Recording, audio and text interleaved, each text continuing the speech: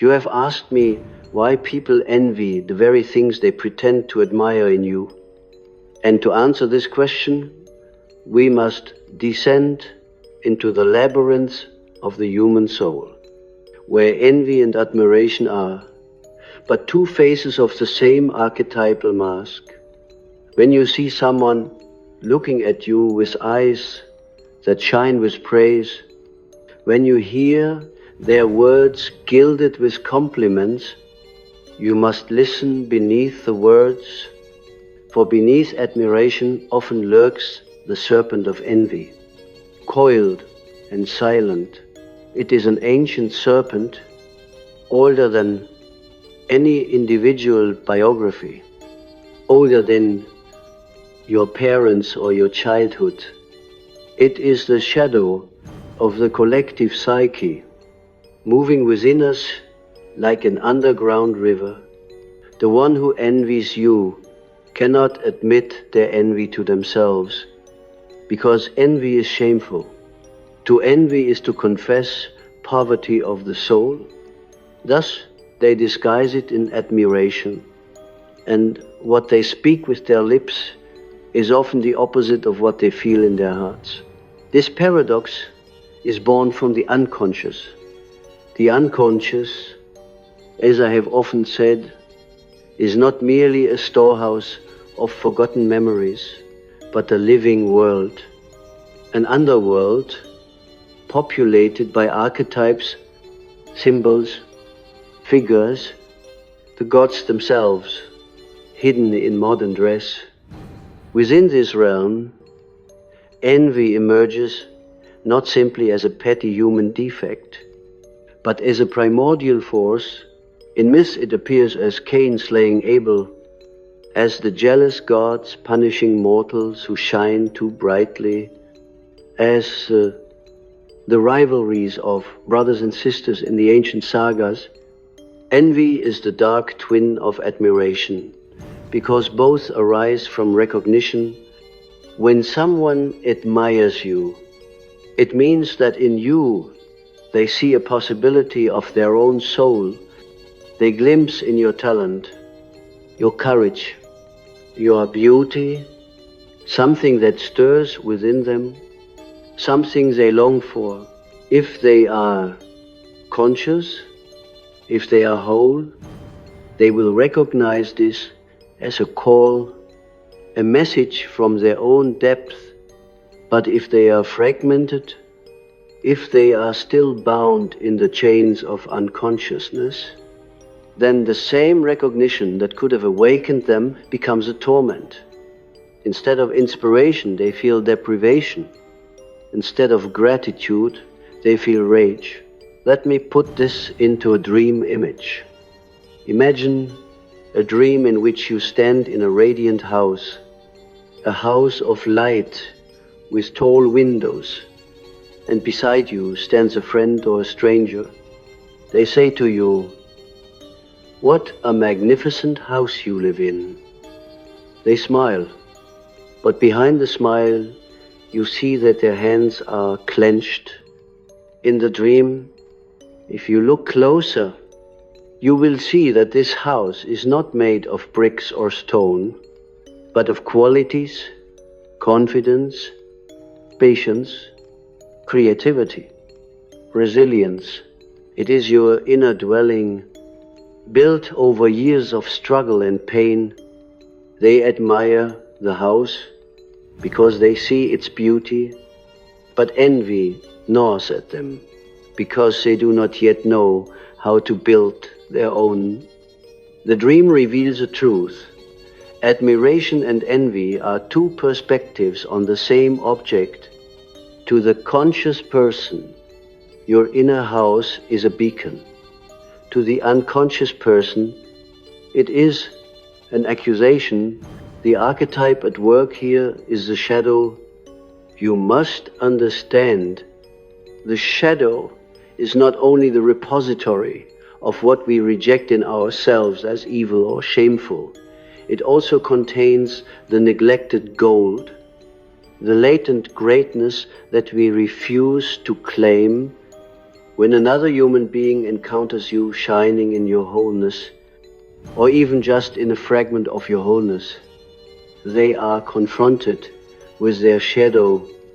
The shadow whispers, "This too could be yours, if only you dared," but because it is unbearable to acknowledge their own refusal, they project the pain outward.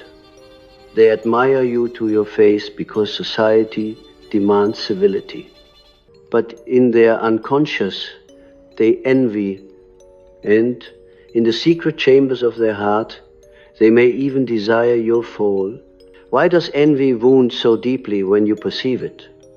Because envy is not merely an emotion, it is an energetic act of violence.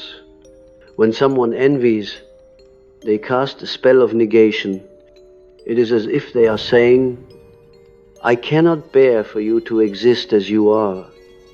On the archetypal level, this is an attack on the self, the central organizing principle of the psyche. In ancient cultures, envy was regarded as a literal evil eye, a gaze that could wither crops, sicken children, and drain vitality. The mythic imagination intuited something we have forgotten, that the psyche is not contained in the skull but radiates outward, and that emotions are not private but forces that shape the shared field of reality. When someone envies you, they withdraw their blessing, and in its place they extend a curse. You feel it as a heaviness, as an inexplicable weariness after encountering them, as a subtle dissonance. But here is the paradox that demands your reflection. Why do they envy the very thing they pretend to admire? Because envy is the shadow of love. Every person who envies you is secretly in love with you, not with your body, not with your surface, but with the image of their own unlived life that you embody. They desire what you carry. You are the mirror of their unlived possibility. And just as in love we seek union with the beloved, so in envy they seek, unconsciously, to take from you what they feel denied within themselves. Yet, because this cannot be done in truth, it becomes destructive. Consider, for example, the artist who creates from a deep spring of imagination. Those around her may say, "Your work is marvelous, your vision unique." But among the admirers will be one who secretly resents every brushstroke. Why? Because within that person lies a buried artist who was silenced in childhood, told their art was worthless, shamed for their dreams. Now when they see another creating freely, it awakens the buried archetype within themselves. Instead of liberation, it brings rage. They envy because they cannot forgive themselves for abandoning their own gift. This is why envy is always a message to both parties. To the one envied, it is a reminder that your light will attract shadows. To the one envying, it is a summons to reclaim their lost soul. But most people do not heed the summons. Instead, they continue the masquerade, wrapping envy in admiration, complimenting you, while hoping secretly for your fall.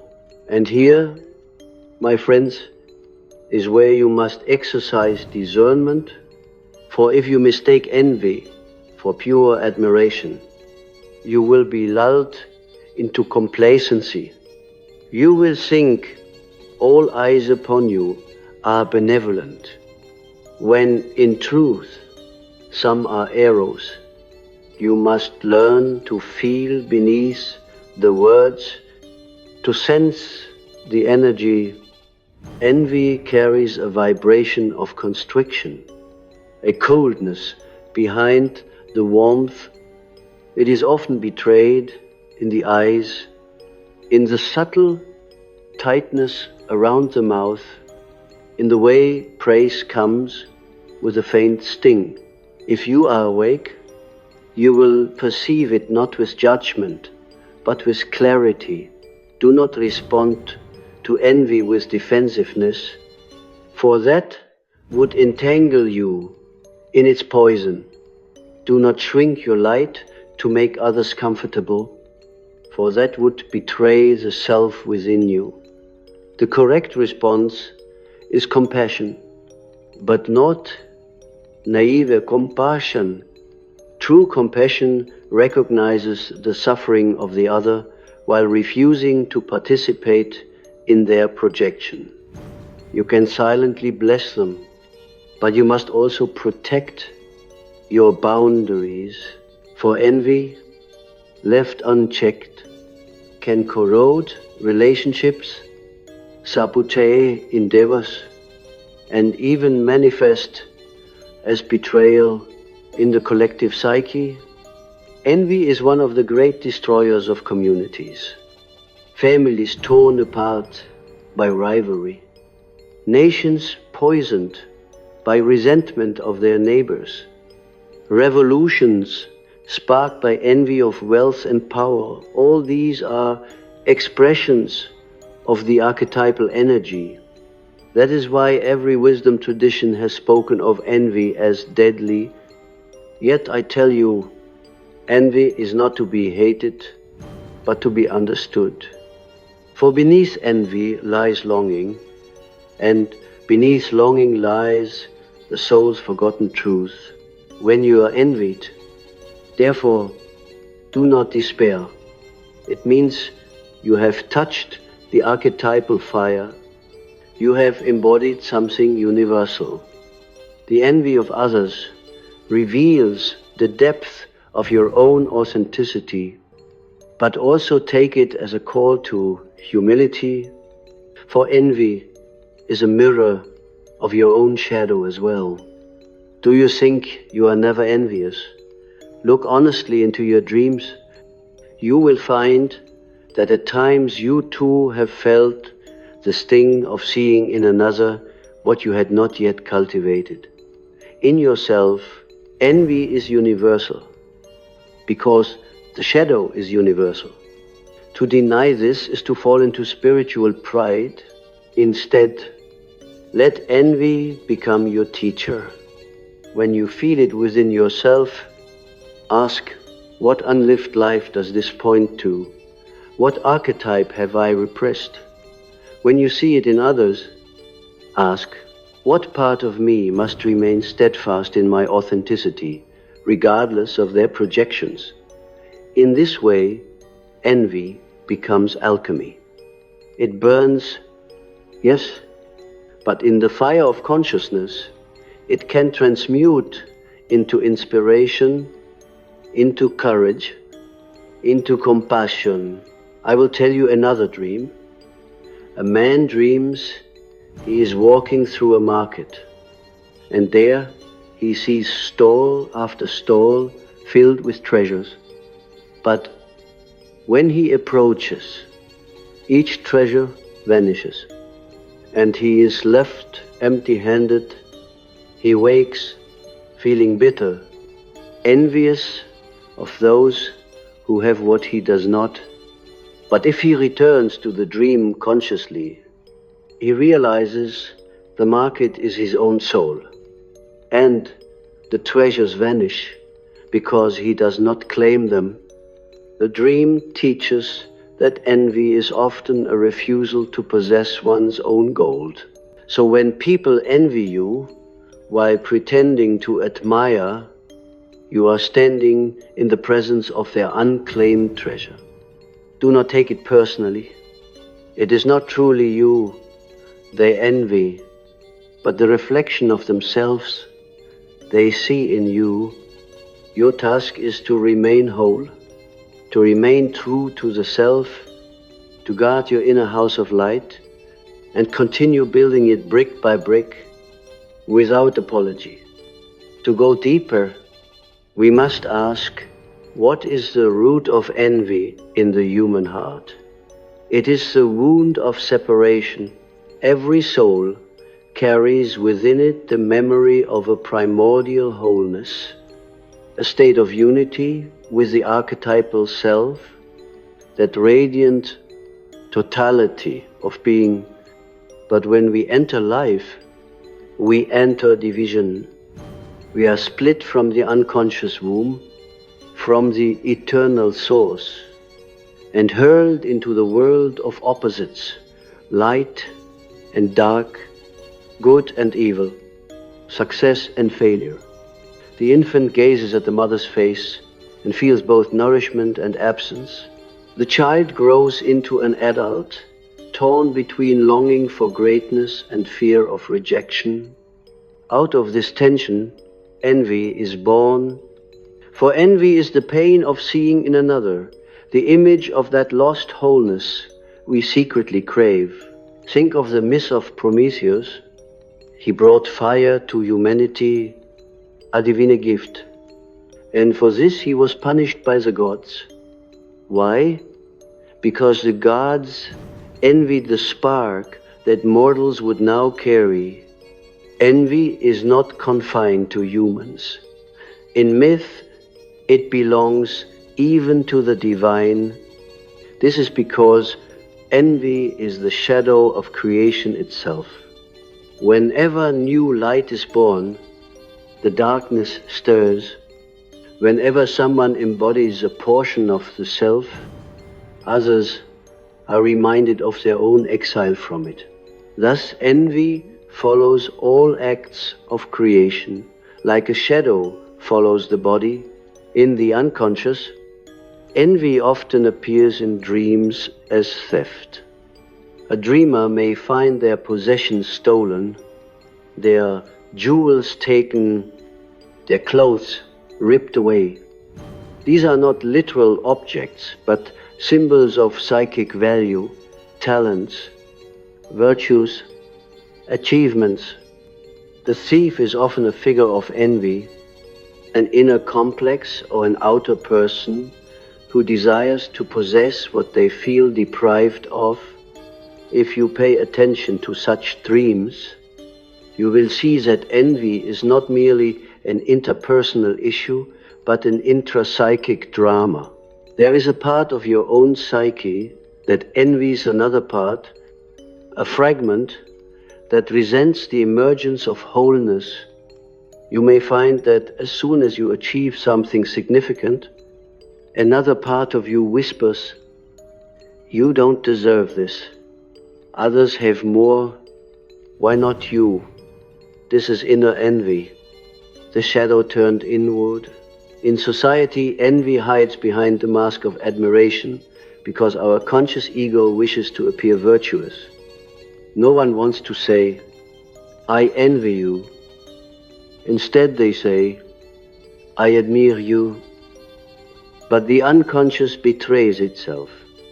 This duality is why you feel mixed energies from others. Consciously, they send praise. Unconsciously, they send poison. And if you are unguarded, you will internalize both. You will be uplifted by their words, yet drained by their envy. This is the mystery of energy exchange in relationships. I must emphasize, you cannot escape envy by hiding. Some of you shrink your light, suppress your gifts, or sabotage your own success because you fear the eyes of envy. But this only feeds the shadow. To dim your light in order to be loved is to betray yourself. The task is not to avoid envy, but to walk with it consciously, as one walks with a wild animal. You must know it is always present. You must respect its power, but you must not surrender to its demands. Let me share with you the archetype of the hero. Every hero, when they rise, awakens envy in those around them. Joseph, in the biblical story, was envied by his brothers because of his coat of many colors, a symbol of his destiny. They pretended to admire, but in truth they conspired to cast him into the pit. This story is not only history, it is psychological fact. Every individual who dares to wear the coat of their uniqueness will encounter the envy of others. The brothers are the collective which demands conformity. They cannot bear for one among them to shine too brightly, because it reflects their own refusal. Thus they cover envy with admiration until the mask cracks in dreams. The envious figure may appear as a doppelgänger, who both admires and sabotages you. This symbolizes the ambivalence of the collective towards the individual. You may be celebrated in public, yet undermined in private. The psyche dramatizes this tension in symbolic form, showing you that whenever you embody your individuality, you arouse both admiration and resentment. Why does envy so often masquerade as admiration? Because the psyche is cunning. The ego wants to remain innocent. So it disguises envy in socially acceptable form. It says, "I admire you," and even convinces itself of sincerity, while underneath the archetypal serpent hisses. This split is dangerous because it leads to unconscious action. Envy denied becomes sabotage. Gossip, betrayal, you have all experienced it. The one who smiles to your face yet undermines you behind your back. This is envy wearing the mask of admiration. But what can you do with this knowledge? First, cultivate awareness. Become a discerner of energies, not only of words. Train yourself to see beneath appearances. Second, strengthen your center. If you are rooted in the self, the envy of others will not destabilize you. You will feel its sting, yes, but you will not be destroyed. Third, transmute envy into compassion. When you perceive envy in another, remember, they suffer because they are cut off from their own wholeness. Their envy is a confession of exile. And if you are wise, you will not answer hatred with hatred, but with firm compassion. The alchemical image is useful here. In alchemy, lead must be transformed into gold through fire. Envy is lead, heavy, dark, poisonous. But when it is brought into the fire of consciousness, it reveals the hidden gold of longing. For envy, at its root, is a longing for the lost self. If you can recognize this in yourself and others, then envy becomes not merely destructive but transformative. Let me illustrate with another example. A woman dreams that she is standing in a garden watching another woman pick flowers of radiant beauty. She feels both admiration and envy. She wakes conflicted, but if she works with a dream, she realizes the other woman is her own soul image, her anima, expressing creativity she has not yet embraced. The envy points her towards her unlived life. If she acknowledges this, the envy becomes guidance. If she denies it, the envy festers into bitterness. This is the choice we all face. Therefore I say to you, do not fear envy, but learn its language. When others envy you, see it as confirmation that you are living authentically. When you envy others, see it as a summons to reclaim your own gifts. For envy, when conscious, becomes the bridge to wholeness. It shows you what you secretly desire, but have not yet dared to claim. Do not be surprised then that those who admire you also envy you. For admiration without envy is rare. Most human beings are not whole enough to admire purely. Their admiration is mixed with longing, and longing, twisted by the shadow, becomes envy. You must accept this as a law of the psyche, just as you accept that fire burns. And yet, though it burns, it also illuminates. Envy forces you to anchor more deeply in yourself. It teaches you to let go of the need for universal approval. It shows you that to walk the path of individuation is to walk alone at times, carrying the burden of others' projections. If you can bear this, you will become not only stronger, but freer. For the one who is no longer controlled by the envy or admiration of others is the one who stands in true sovereignty. So I urge you, continue to shine, continue to embody your uniqueness. Do not apologize for the gifts you have been given. The envy of others is not your responsibility. It is their invitation to wholeness, and your task is to remain faithful to your path, regardless of their projections.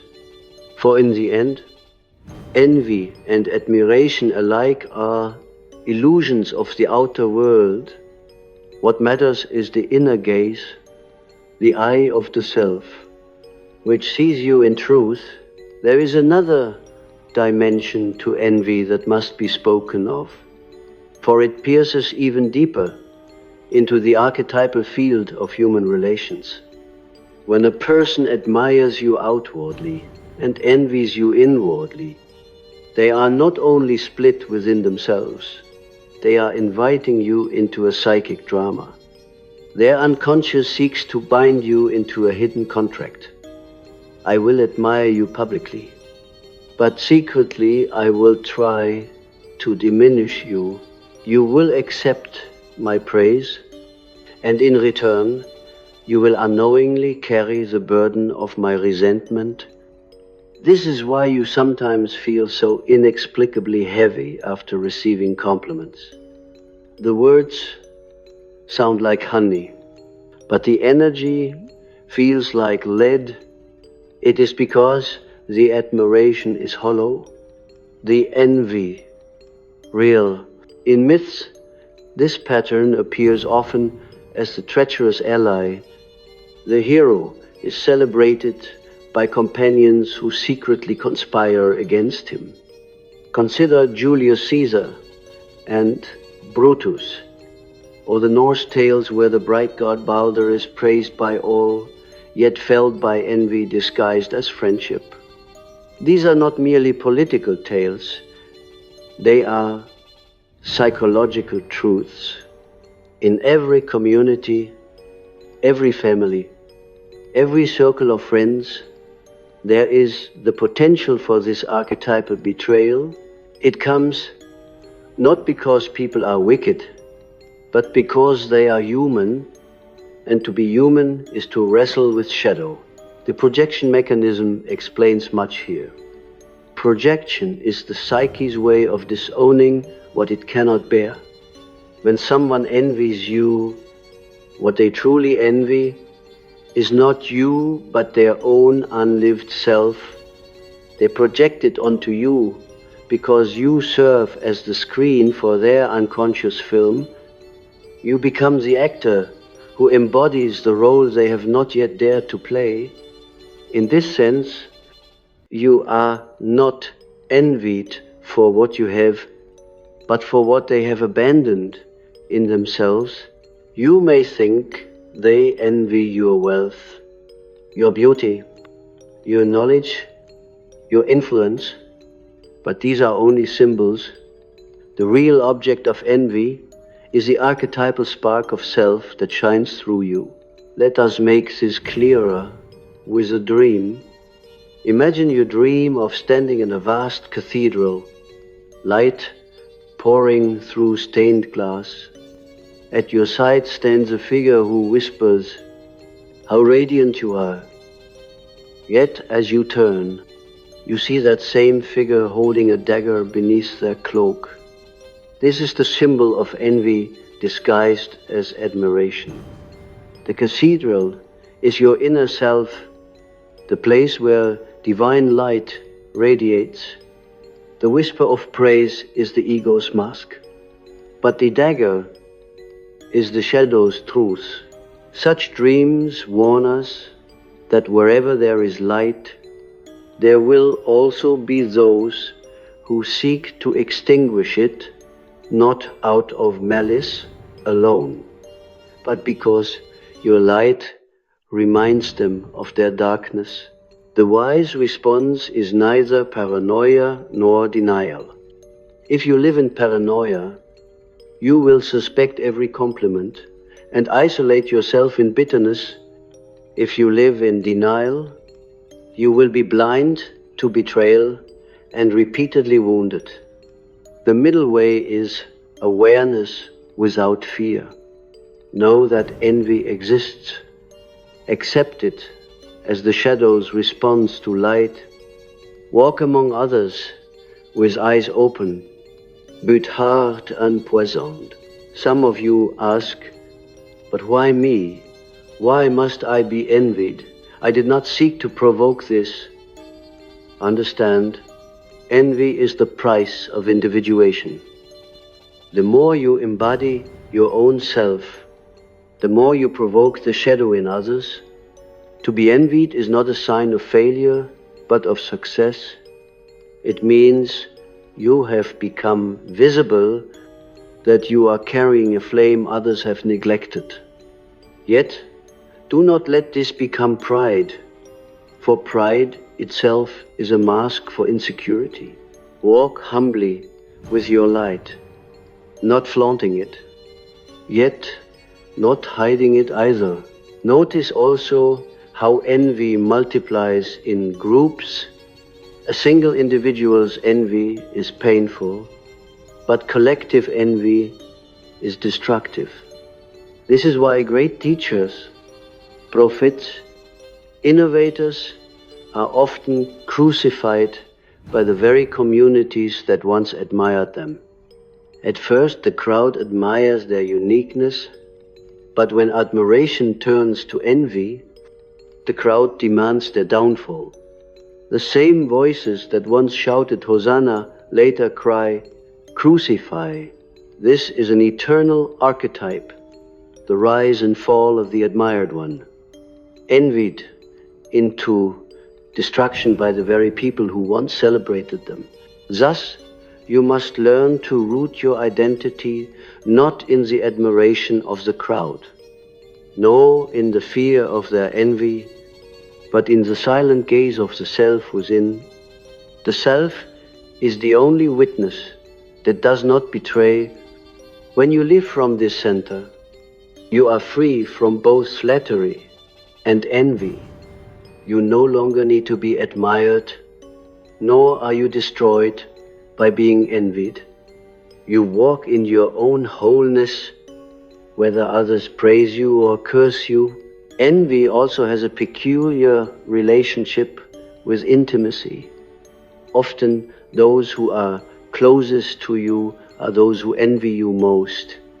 Why? Because proximity intensifies projection.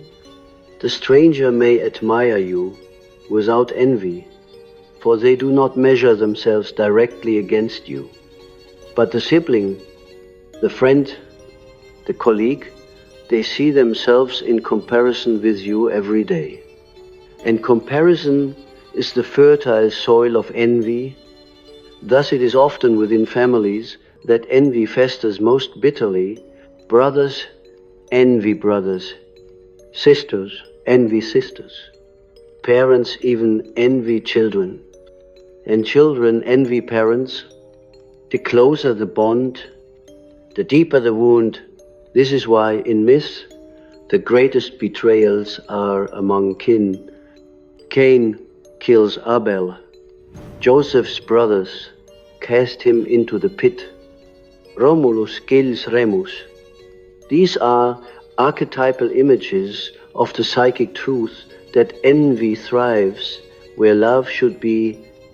Admiration among kin can easily cloak envy, because love provides the perfect disguise. The words may be full of affection, but beneath them lies the resentment of comparison. To see this clearly is not to condemn family, but to understand its archetypal dangers and what of envy within yourself.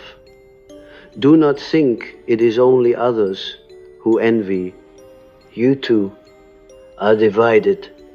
One part of you admires another part and at the same time resents it.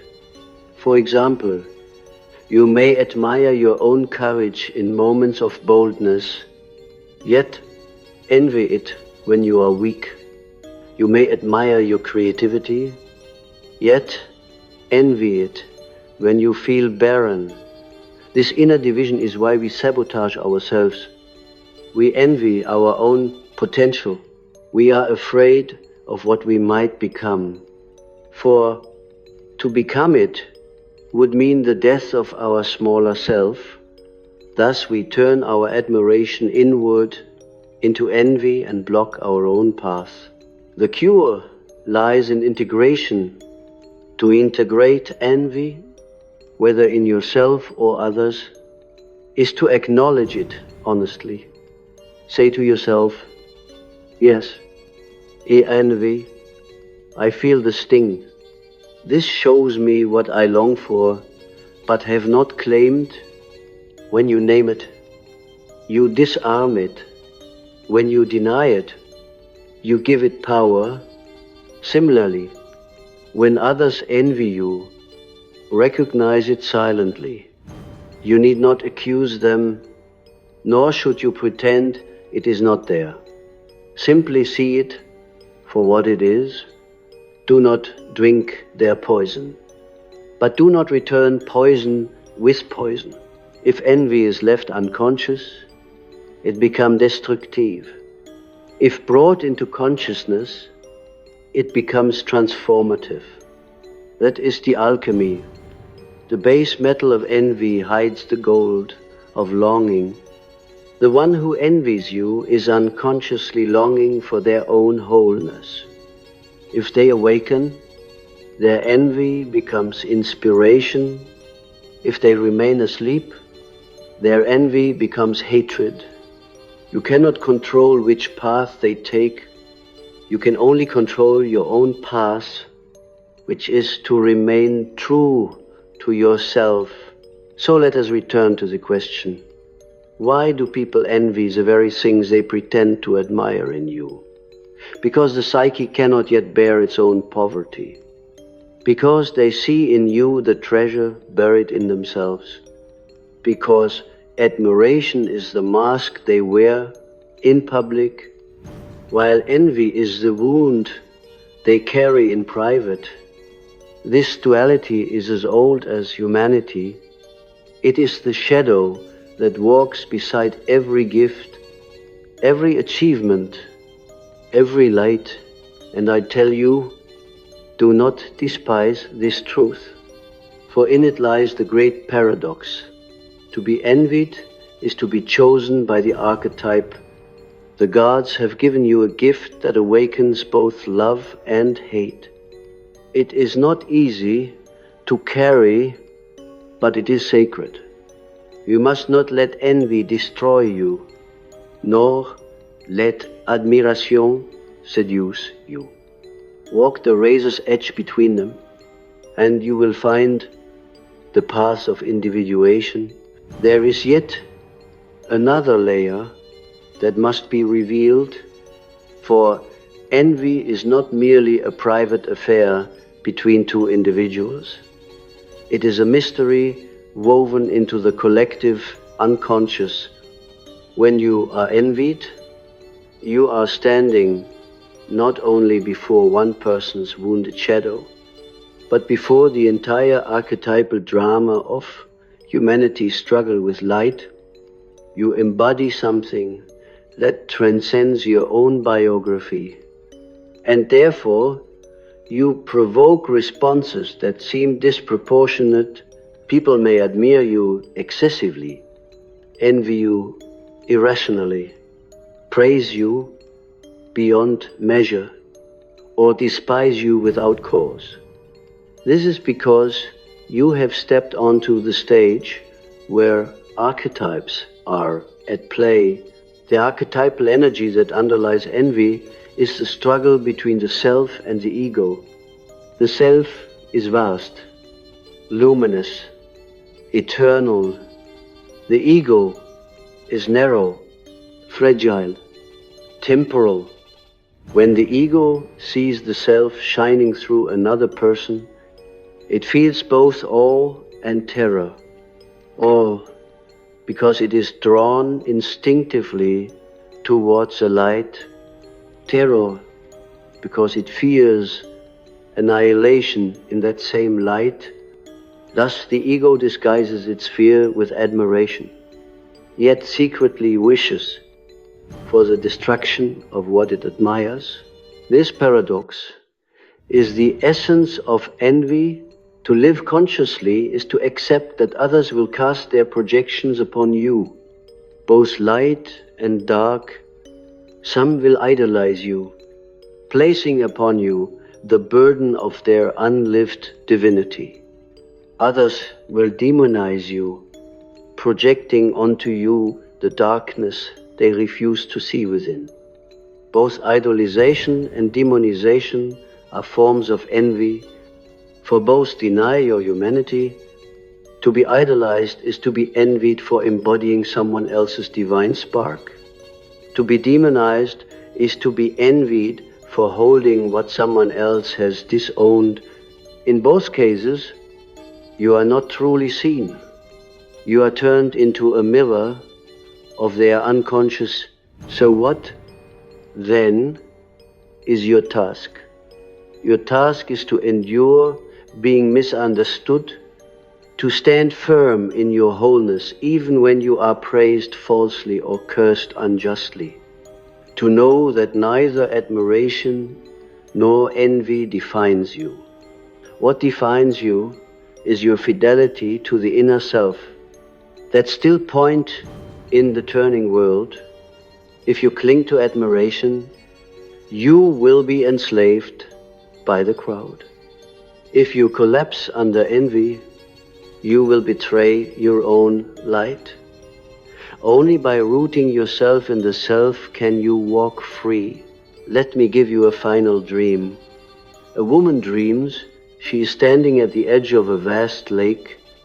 People gather around her, praising her beauty, envying her presence, murmuring among themselves. Some reach out as if to touch her, others whisper behind her back. She feels torn between pride and fear. Then she hears a voice from the depths of the lake. Do not look at them. Look into me. She gazes into the water and sees her true face reflected. A face luminous, with both light and shadow. In that moment, the voices around her fade, and she feels whole. This dream reveals the truth. The only gaze that matters is the gaze of the deep self. In the great alchemical texts, the final stage of transformation is called rubedo, the reddening. It is the union of opposites, the birth of the philosopher's stone, the emergence of wholeness. In psychological terms, rubedo occurs when you no longer fear the envy of others, nor are seduced by their admiration, but live from the eternal flame within. Then envy becomes merely another wave in the sea of the collective, no longer capable of drowning you. You become transparent, immune to projection, because you know that whatever others see in you is their own soul calling to them. And so, my friends, I tell you, do not seek to be admired, do not despair when you are envied. Both are shadows on the wall. Seek instead to be whole. Live your life so that what shines through you is not your ego, but the self. When you do this, envy will still surround you, but it will no longer define you. You will become like a tree, standing tall in the forest. Birds may rest in your branches. Some may curse your shade. Some may covet your fruit, but you remain rooted, drawing life from the depths of the earth. Envy will never disappear from the human condition. It is too deeply rooted in the archetypal fabric, but it can be transformed. In the individual, envy becomes longing when brought into consciousness. In the community, envy becomes inspiration when transmuted into mutual recognition. And in the collective, envy becomes evolution when it drives humanity to awaken to its own shadow and reclaim its forgotten light. Therefore, when people envy the very things they pretend to admire in you, remember this: you are not merely the target of their shadow. You are the bearer of their secret hope. Their envy is the distorted face of their longing, and if you remain faithful to your own path, if you continue to embody the wholeness of the self, you may in time awaken in them the courage to reclaim what they once disowned. The path of individuation is not for the faint of heart. To live it is to walk in a world where envy and admiration swirl like opposing winds.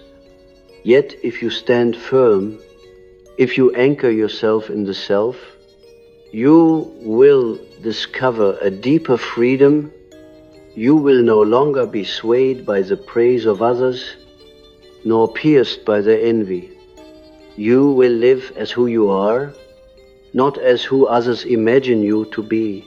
And that, my friends, is the greatest victory.